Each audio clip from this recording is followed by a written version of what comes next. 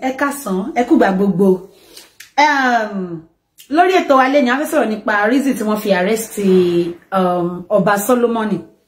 Ṣùgbọ́n kí n tó tẹ̀síwájú, ẹ jẹ́ kí n sáré update lórí ọmọ tá ń treat case tí ó fi apá ṣèṣe àtẹ̀yìn àtorí tí glass gé lápá tí apá ẹ̀ wà paralyzed tá ń sọ online láti bí more than 2 months now. Ẹ mọ̀ pé ní 2 weeks now I was online láti béèrè owó fún nígbà tá rí pé treatment ẹ̀ ó ní ṣe pẹ̀lú nǹkan tá máa need owó tó pọ̀ fún. So I was online láti wá béèrè owó, àwọn èèyàn respond but not that really because owó tá need fún tó fi máa treat apá yẹn tó fi máa wà okay tó máa fi di pé ó máa gain apá ẹ̀ padà. We need nothing less than 800 to 900,000 naira ní Nigerian money. But owó tá ṣì rí nísìnyí gbogbo owó tá rí pátá àti ìrí owó tó wọ 250,000, I think 240 something thousand la ṣì rí. Treatment debt in law. I'm here to show you guys pé treatment in law lórí apá ẹ̀. Account number yẹn tó bá ní interest ẹ jọ̀ọ́ ẹ bá wa tún béèrè fún, ẹ bá wa fi ẹ bá ní síbẹ̀ 2,000, 5,000, 1,000 kò kéré jù. Èyí máa ń sọ in as much tó bá ti tọwọ́ bá pò láti ran ọmọlàkejì ẹ lọ́wọ́ kò kéré jù. So treatment is going on. Ní therapist wọ́n ti ń ṣiṣẹ́ lọ lórí apá ẹ̀ as you can see.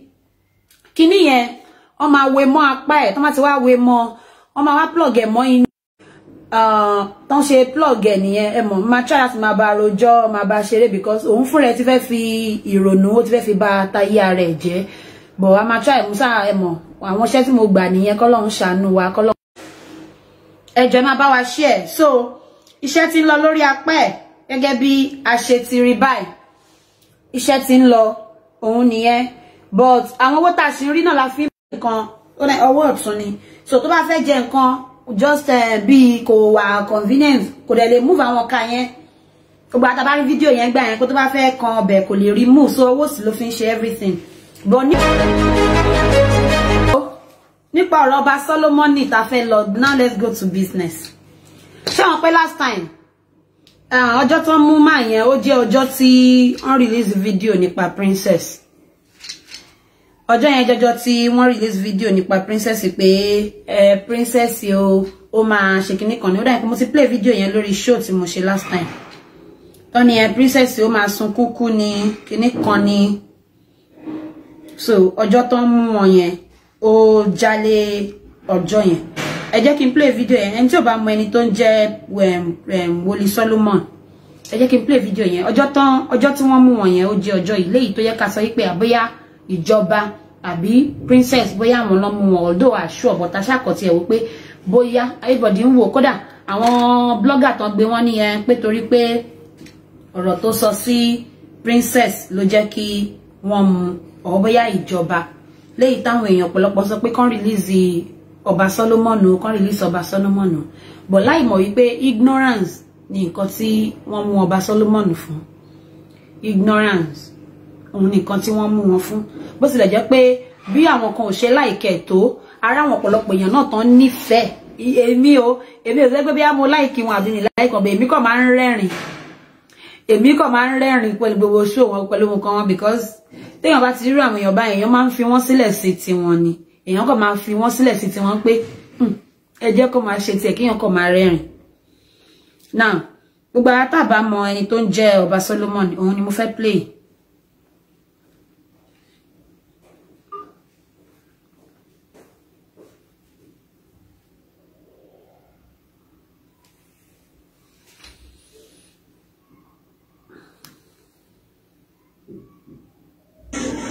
wọ́n ní tó bá ti jí láàárọ̀ pé ṣe ló ń wa ẹkún mu igbó ń sunkún wípé kí ló ń pa lẹ́kún mo wá kọ sísàlẹ̀ post yẹn wípé Bíbélì sọ wípé àlàáfíà kò sí fún ènìyàn búburú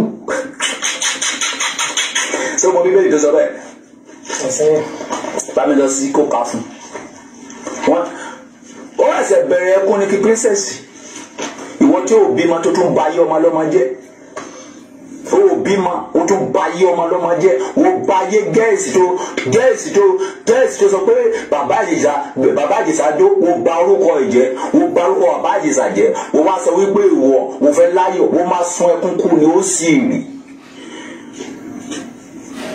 àlàáfíà kò sí fún ènìyàn búburú ó tí ì sunkún Mo ti play video yìí times without number lórí show nígbà tí mo sọ̀rọ̀ nípa nǹkan tí pé bóyá wọ́n mú wọn tí àti mọ̀ nǹkan tí wọ́n mú wọn fún.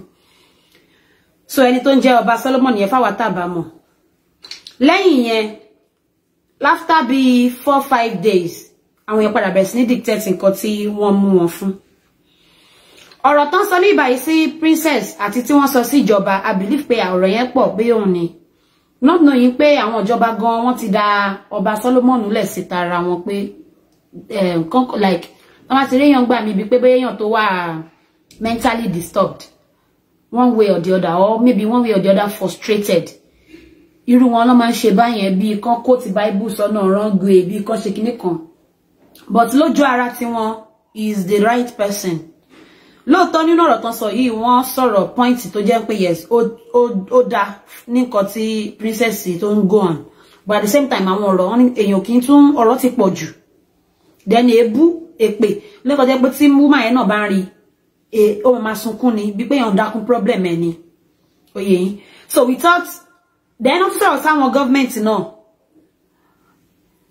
ó kọ́ yẹ pé ibi tí mo fẹ́ lọ lé nìkan ni èmi ṣe fẹ́ play video yẹn tọ̀ bóyá kí n play ẹ̀. Ó sọ̀rọ̀ sáwọn government náà ní pé even àwọn adájọ́ tó wá ń di case bàbá Ìjẹ̀ṣà nǹkan kan báyẹn pé gbogbo ẹ̀, you understand. Later on he spent 4 days in the cell ní police station Ìyágànkù. Ó tẹ̀lé wípé torí pé ìjọ tán release the video yìí lọ́lọ́pàá mú wọn, so everybody thought it was due to this video ló ṣe mú wọn. Yeah, Adéyẹmọ Ayọ̀mídé, you get point, yeah. Kò sẹ́ tó lè mú princess, kò sẹ́ tó lè fún ẹ, kò sẹ́ tó lè fi ọmọ fún ẹ tọ́ mọ́. Tí wọ́n mọ̀ kó wá ba ayé wọn jẹ́. Tó bá jẹ́ pé a ní ìjọba gidi ní Nàìjíríà, for now inú ẹ̀wọ̀n ló yẹ kí princess wà. Òfin náà sọ̀rọ̀ òrùlé sùn. Ó gbé odidi ọkùnrin sílé. Ó wá torí pé òbí máa rí òde mọ́ bó ṣe ń ṣe wọ́n, ó lè bí mọ́ tó máa fi kú. Ó máa sun ẹkún kú ni, ó sì rì, ó ẹsẹ̀ bẹ̀rẹ̀ ẹkún. Ká ní pé ìjọba Nàìjíríà jẹ́ ìjọba gidi, ẹ̀wọ̀n ló yẹ kí princess wà. You are a carelessness abiyamọ kini. You are a carelessness dog, akọ ajá. You are a carelessness akọ ajá. Tó ká ní pé wọ́n ló bímọ, ó ní fi ìgbésí ayé ọmọ ẹ̀ tàfàlà. Tí bàbá Ìjẹ̀ṣà bá rèpù ọmọ ẹ̀ lóòótọ́, you are carelessness. Bàbá Ìjẹ̀ṣà kì í ṣe alára igi. Oko ènìyàn ni.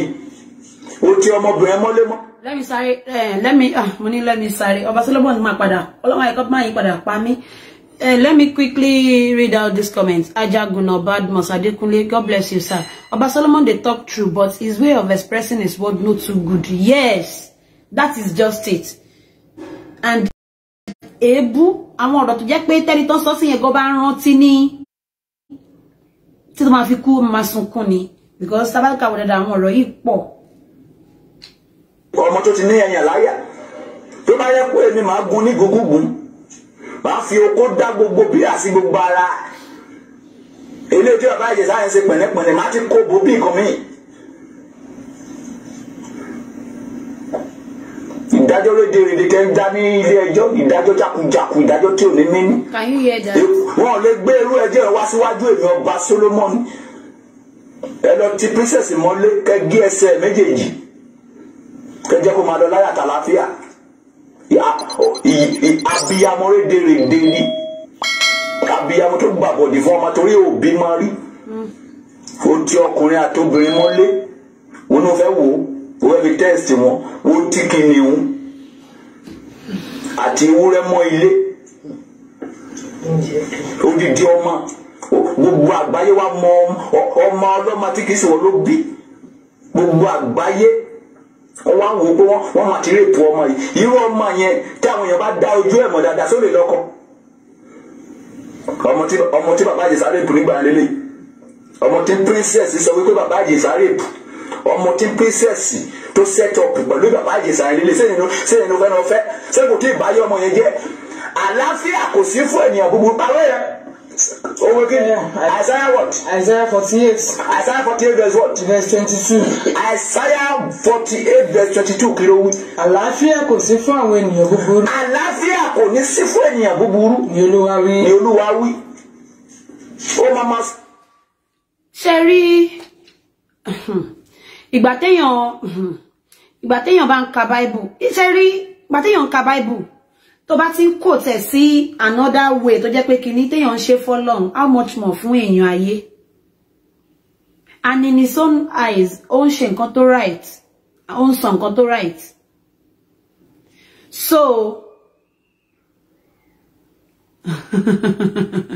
Adeyemo Ayomide said, don't you know he's not an ordinary man for what is like ordinary man like how like try to explain it more if I understanding ordinary man in what aspect. So yeah, there is this place no what the video kan to wa lọ́wọ́ mi tẹ́ sọ̀rọ̀ nípa Bible, sọ̀rọ̀ nípa èèyàn tí mọ̀ kó máa dóko dáadáa, kó máa kọ ẹ̀yẹn ṣe ọkọ ẹ̀ dáadáa, kó máa dó dáadáa, you know, wọn kì í ṣẹ́nu pọ̀ láti pé òbò okó nínú nǹkan tó jẹ́ pé ìlànà Bible. Ẹ máa twist ọ̀rọ̀ Bible pé Ọlọ́run sọ wípé okó ẹpọ̀n ẹ méjèèjì ní kinní kan, ọyàn ẹ méjèèjì ní kinní kan, kó dó ọkọ ẹ dáadáa, you know. So ṣé èèyàn bá yẹn, what do you think?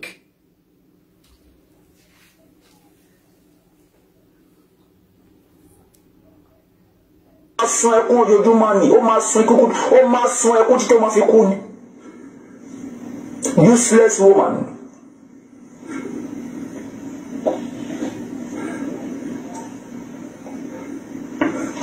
Níbi princess ń wa kún mọ́ lójoojúmọ́, kí ló lè fà á tí abiyamọ máa wa kún mọ́ láàárọ̀ kùtù? Ẹkún ni ó ti báyọ̀ ọmọ lọ́mọ jẹ́, báyọ̀ bàbá Ìjẹ̀ṣà jẹ́, báyọ̀ ọmọ lọ́mọ jẹ́. Torí ti wà orí burúkú ẹni gbẹ́gi lójì gárúwé lójú ẹ nígbà tó fẹ́ ṣe nígbà tó fẹ́ borúkọ bàbá Ìjẹ̀ṣà jẹ́. Nísìn ìgbà tí adájọ́ ayé ò lè mú wọ tó wọ́n gbé sí sẹ́ẹ̀lì, Ọlọ́run fi ẹ́ sínú sẹ́ẹ̀lì ìbànújẹ́. Ẹ sí àfídíò yìí kí princess lè gbọ́ bóyá lè rán àwọn ayákẹ́lá fún mi tẹ́lẹ̀ mi ti fẹ́ kú tipẹ́, mo ti ń wá ikú kiri. Ẹni mo sọ pé orí princess dà mo sẹ́wọ̀n bí abiyamọ lédè. Olúfúsì Ajílómọ́tò Ọ̀ṣúntúyì wọ́n sọ pé Solomon is saying the truth but at times he's behaving abnormal, so that's the reason I don't like him anymore. Yes. But even though I skit I like him, like, but many people don't like him. But because funny cash cruise.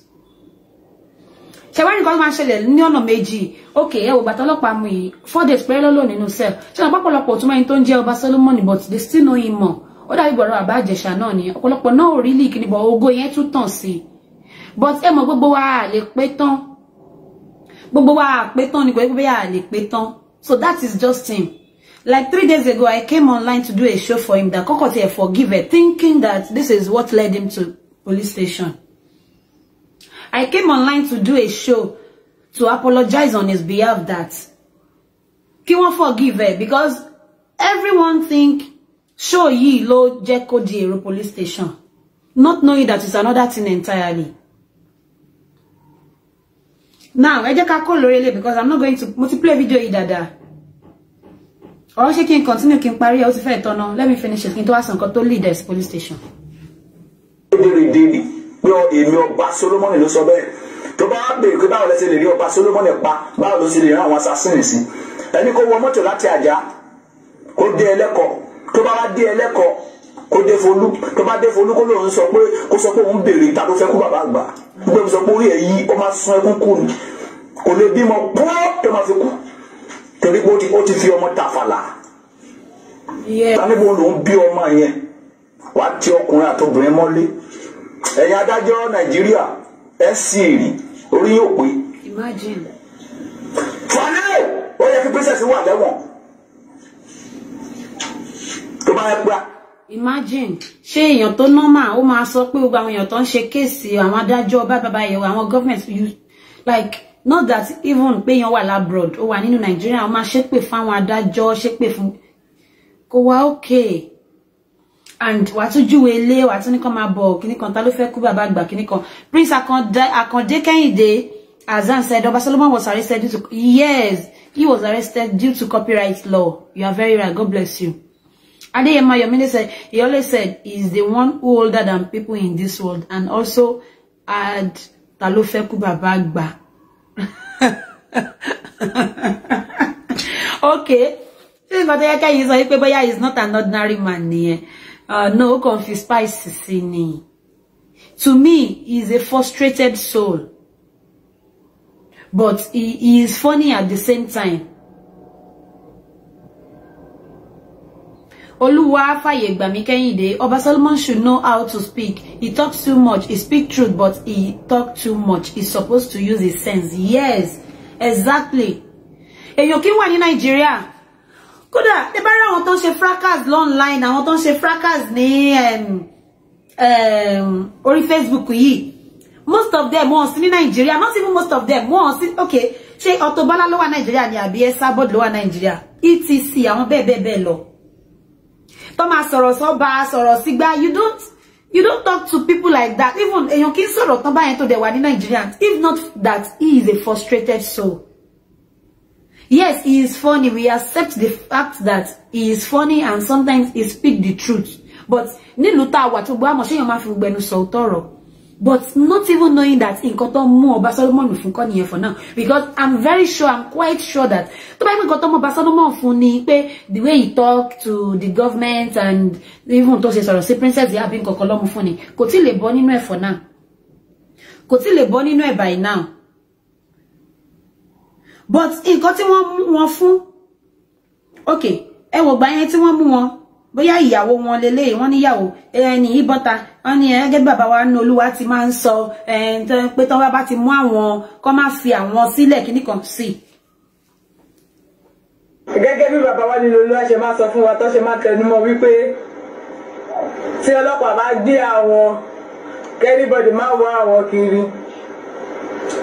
Tí adájọ́ bá gbé àwọn lọ sí court wípé èyí tó bá gbé adájọ́ dìde ó máa ṣe gbá ó máa ṣàwo ó ti ṣẹlẹ̀ lénìí o. Àwọn ọlọ́pàá ti wá wọ́n ti wá gbé bàbá wa nínú Olúwa wọ́n lọ sí. That is his wife, I think. Ó máa ṣe gbá ó dìde ó máa ṣàwo ó ti ṣẹlẹ̀ lénìí o. Àwọn ọlọ́pàá ti wá wọ́n ti wá gbé bàbá wa nínú Olúwa lọ sí. Ó dá ipò continue wọ́n náà ti gbé wọn lọ sí Ìyágànkú police station ní Ìbàdàn. So okay, she church member, I don't know, maybe that is his wife or imagine àwọn èèyàn wo gan lọ lọ sí church ire èèyàn bá yẹn. Anyway, I want to come me understand because mo wà very sure pé nǹkan tí wọ́n wàásù yìí tí Ọba Solomon ń sọ online yìí náà lọ wàásù nínú church. Ìwọ obìnrin jákòókò ẹ dúró dáadáa. Bible wo ló sọ bẹ́ẹ̀ bá mi lọ sínú ìwé kíní kan àwọn kàwá ní ihun tí Bible yẹn sọ ní pé kíní kan méjì ó mì pé ẹpọn ọkọ ẹ méjèèjì. Nǹkan tó máa wàásù nínú church nìyẹn now. Àwọn like anyway, it is well. Because even in the well, it is well.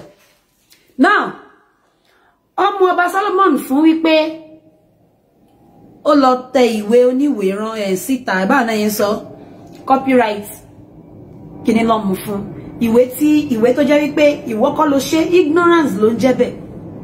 Ìwé tó jẹ́ pé ọ̀tọ̀ lẹ́ni tó jìyà tó kọ ìwé yìí síta. Ọ̀tọ̀ lẹ́ni tó jìyà tó ṣe ìwé yìí. So he went ahead to forge it. Ẹ wá lọ ń tà ní owó ribiribi. Ẹ wá ń sọ fáwọn èèyàn pé ẹ lọ ń tà ìwé yẹn ní owó ribiribi. Ó tún wá ń sọ fáwọn èèyàn wípé ìwé yẹn o kò ń ṣe ìwé gidi ní nǹkan tẹ́ni yẹn kọ. Eléyìí tẹ́yin ṣe yìí òun ni gidi. Ẹ wá lọ yọ picture ẹni yẹn kó lẹ́yìn ìwé yẹn. Ẹ wá gbé picture ti yín sí. Tiwájú ẹ gbé kúrò. Nǹkan tó fi jẹ́ tiwájú ẹ gbé kúrò ẹ fi tọ̀dọ̀ yín sí. Ẹ gbọ́ látẹnu ẹni tó dẹ̀ ṣe ìwé yẹn ìwé Ifá kíní kan ẹjọ́ báwo ni kí ni pásítọ̀ wá dé ìlànà Ifá ìwé Ifá. Mo ṣe ẹ̀là ìbọrú ẹ̀là ìbọyọ̀ lẹ́kọ̀ọ́ ṣiṣẹ́. Me understand. Fún lóde. Nígbà tá a ti kọ́kọ́ wò èèyàn àlàyé ọ̀rọ̀ ìdí àti túmọ̀ tó mú wa sórí ètò ní wípé ọ̀pọ̀lọpọ̀ gbọ́ nígbà tí King Solomon ti ń sọ̀rọ̀ pé Ifálérè fi ọlọ́pàá mú ọba Solomoni.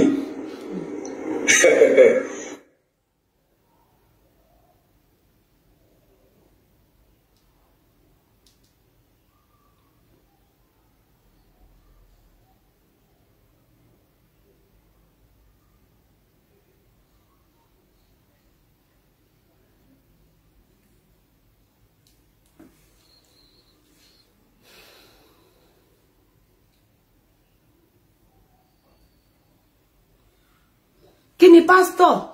Kí ló wá lọ sí ìlànà Ifá? So àwọn kan tẹ́ máa fi mọ̀ wípé man yìí is just cruise lásán ló ń ṣe online. Not to not talk pé àwọn tó wà tó lọ sí church. Ṣùgbọ́n ṣe mọ̀ pé tó bá ti dé ta a ní àwọn distributor lóríṣiríṣi ń bẹ nífẹ̀ẹ́ ń bẹ ní Ọ̀yọ́ ń bẹ ní káàkiri.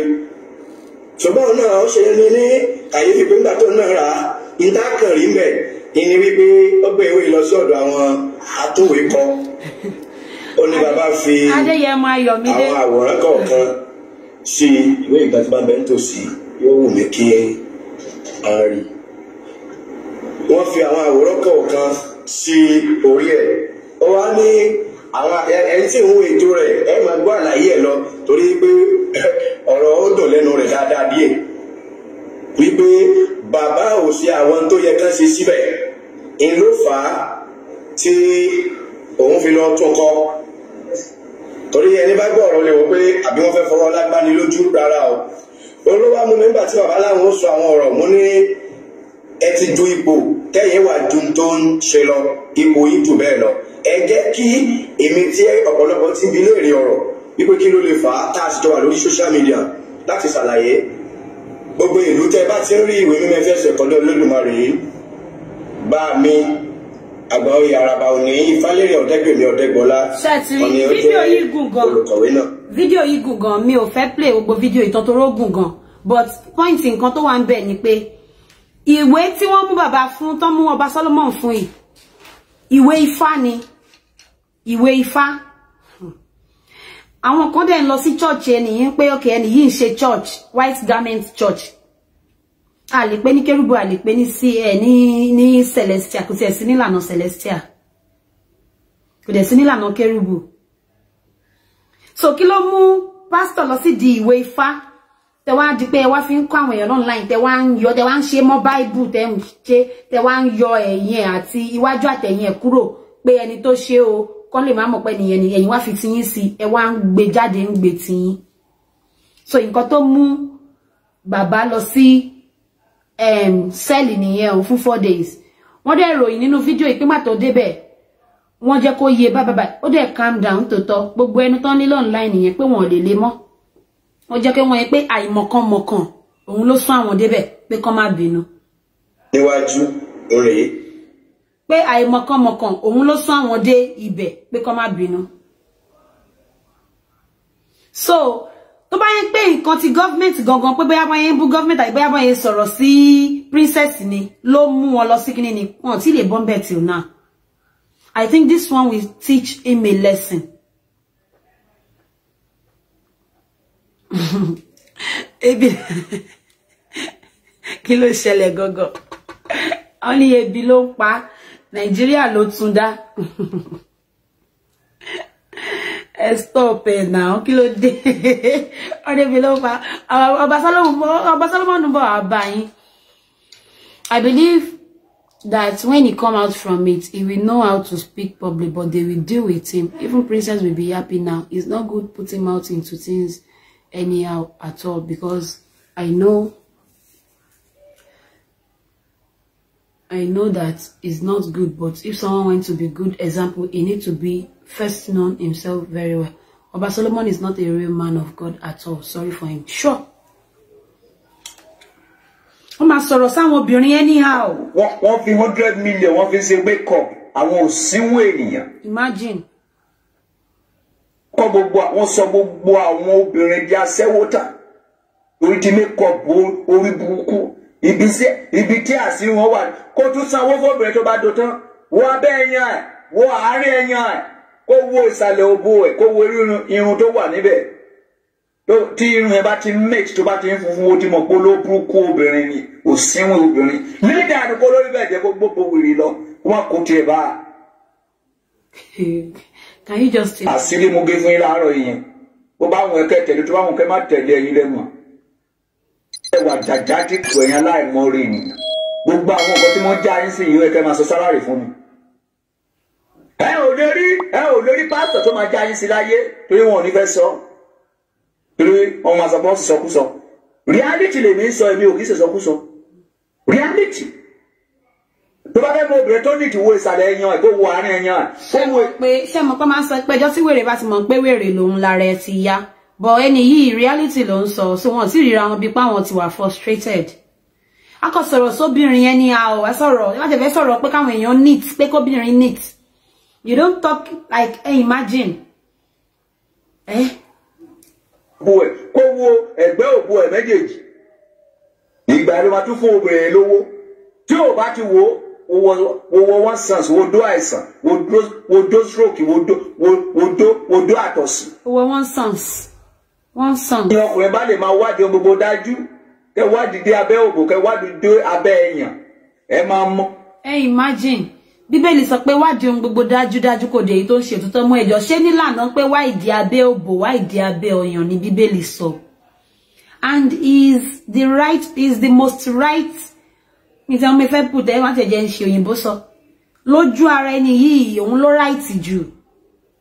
Obìnrin tó jẹ́ olóòótọ́ àti obìnrin gidi. Your account number ṣé mo ẹ̀sẹ̀ pin account number mi ni ẹ sì. Imagine. Ẹ̀sẹ̀ fẹ́ account number mi account number mi tẹ́lẹ̀. My account number is 3400 31258. Do you hear that? So ṣé rí èèyàn báyìí lọ́rọ̀ ẹ máa freak èèyàn. Even bóyá ṣe ṣó lẹ lọ́wọ́ maybe àwọn ọkùnrin kan rí pé bóyá yes ó ń sọ truth bóyá wọ́n kọ káwọn kọ help ẹ. Okay, pin your account number. That was on Instagram.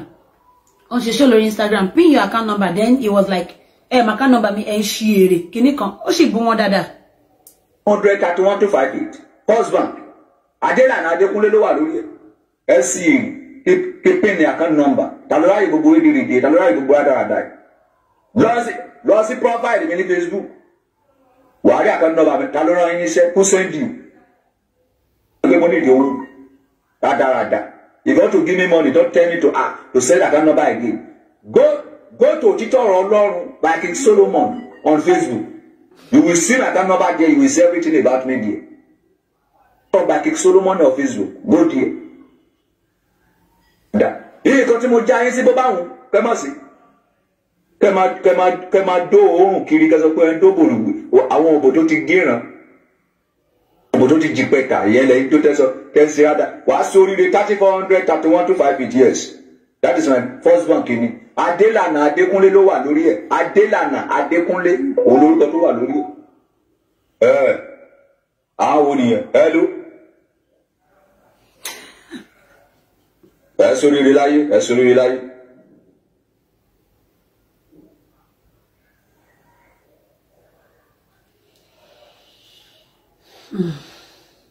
Ga o.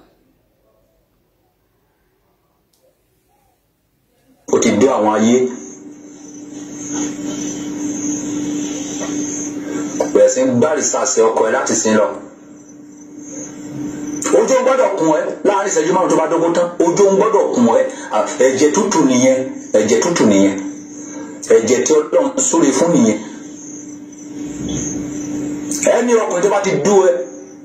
Tí ojú wọn bá ti kún ẹ láàrin ìṣẹ́jú márùn ọkùnrin ti dú àjẹ́. Bẹ́ẹ̀ wọ white guy. Ọkùnrin níjà.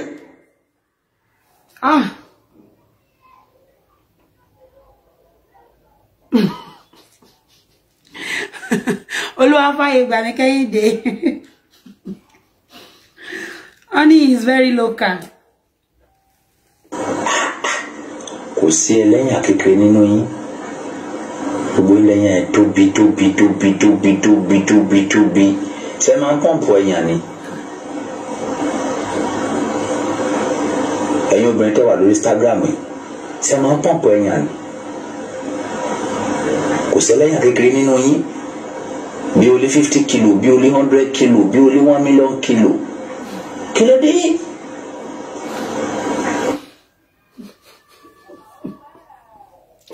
ẹjọ ṣe réèyàn báyìí ṣe yẹ kọrọ ẹ máa dùn yàn ẹ wo ẹ jẹ́ kó bá Solomon máa lọ jàre. I don't even know what to say again. Ìgbà tán tún fi sílẹ̀ lẹ́yìn tó ti rá bàbá ní police station tó ti bẹ̀bẹ̀ tán ti fi sílẹ̀ fídíò tó ṣe ńgbà tó dé lélẹ̀.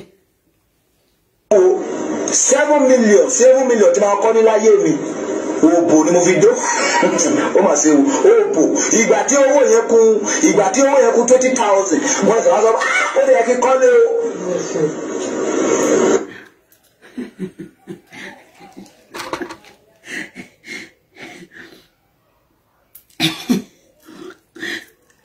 Wàhálà be like 7 million tí máa kọ́ ní láyé mi òbò ni mo fi dó ó mà ṣe òbò ìgbà tí owó yẹn kún 20,000 wọ́n sọ wá sọ ó lè yẹ kí kọ́lé o. ìyàwó máa yí ó ń try ọlọ́ ẹni tó fẹ́ máa yí tó jẹ́ ìyàwó lé ẹ̀ ó try ṣọkọ ọkọ tán níta ni. ọ̀rọ̀ máa bá ẹni bàbá alákó bàbá kò ní sórí rí lọ advice bàbá ẹ nílé orí ẹ burú o ní sórí rí mo tún kọ́ sẹ́lẹ̀ kejì o ní sórí rí o máa ṣéwé kúrú. nínú aṣọ sùtánà.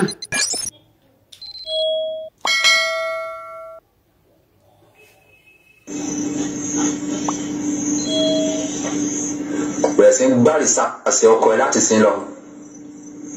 mo ti wọlé ilé ẹ̀kan. àwọn ayé.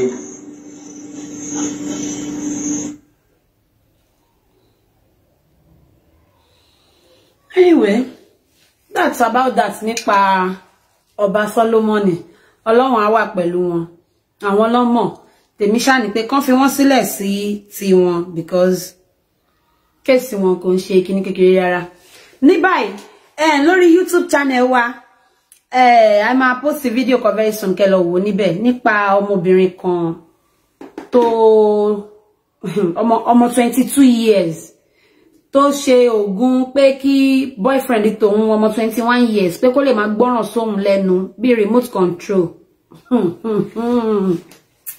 Tẹ́ bá ń gbọ́ nǹkan bẹ ọmọ 22 years ó ti sọ pé ìwọ ti lọ sílé ọkọ kan rí ó ti ní experience bó ṣe ń ṣe wọ́n ó ti ní experience bó ṣe ń ṣẹlẹ̀ mí nífihàn wá níbà ẹ́ lórí YouTube channel wa Naija Today Express TV fídíò yẹn máa débẹ̀ láìpẹ́. Ó wá ṣe ògùn sí ọmọ tó ń jẹ́ pé ìyá ẹ̀ ló bẹ ṣe pé wòlíì nìyẹ́ ẹ̀. Ó wá ń sọ nínú fídíò yẹn pé wòlíì nìyá ti tòun pé ìyá tòun ló bá ṣe wọ́n wá mú fọ́tò ọmọ yẹn wọ́n fi sí fọ́tò ọmọkùnrin ìyàwó ju ọkọ lọ o ọkọ is 22 years so ìyàwó is 20 ọkọ is 21 years ìyàwó 22 years ìyàwó ju ọkọ lọ so ó wá ní mọ́mí ẹ wòlíì náà wọ́n bẹ ṣe wọ́n mú picture ọmọkùnrin yẹn sínú ìgò ọmọkùnrin yẹn ti wá dàbí wèrè kò yẹ kó dàbí wèrè ọmọkùnrin yẹn ti wá di wèrè a máa da nǹkan rú máa ba nǹkan jẹ́ máa ṣe kinní ọ̀hún tí tán bá so tán gbé síbì kan mi tẹ more like I don't understand. Ẹ jọ̀ọ́ tẹ́ bá yìí ti lórí YouTube channel wa go and subscribe to our YouTube channel Naija Today Express TV ibẹ̀ ni ẹ ti máa rí fídíò yẹn láìpẹ́ láì jìnnà nísìnyí a máa upload ẹ̀ so kẹ́lẹ̀ mọ̀ bó ṣe ń lọ pé yes nǹkan ń bẹ nínú ayé yìí o kọ́lọ́run gbà wá kọ́lọ́run ṣàánú wa. Lẹ́ni báyìí mi ní mọ́ṣíìn tí mo fẹ́ sọ nǹkan tí mo fẹ́ sọ náà nìyẹn tó bá dẹ̀ tún ṣe ń lọ màá tún máa gbé wá fún wa ní orí ètò. Ẹ má ẹ̀ka gbàgbé lórí ọmọ tí apá ẹ̀ gé tí mo apá ẹ̀ já tí gíláàsì gé lápá tí mo sọ yẹn ẹ má jẹ́ ká gbàgbé jẹ́ ká help ẹ̀ Ọlọ́run á ràn àwa náà lọ́wọ́. Kí ni account number yẹn tó bá fẹ́ ẹ request fún kẹ́ bá wa fún ní owó síbẹ̀. Improvement ti ń dé díẹ̀díẹ̀ bọ̀ díẹ̀díẹ̀ náà ni kò jọjọ́ tán bá bí ọmọ ni ọmọ máa ń rìn Ọlọ́run á wà pẹ̀lú wa Ọlọ́run á gba gbogbogbò. Thank you so much everybody. Ẹ má gbàgbé láti bá wa subscribe to YouTube channel wa lórí Instagram Naija Today and lórí Facebook níbí báyìí ẹ má bá wa like ẹ má bá wa share tẹ́ bá ti wá àwọn fídíò wa tó bá tún ṣe ń lọ màmá gbé wá fún yín láìpẹ́ láì jìnnà.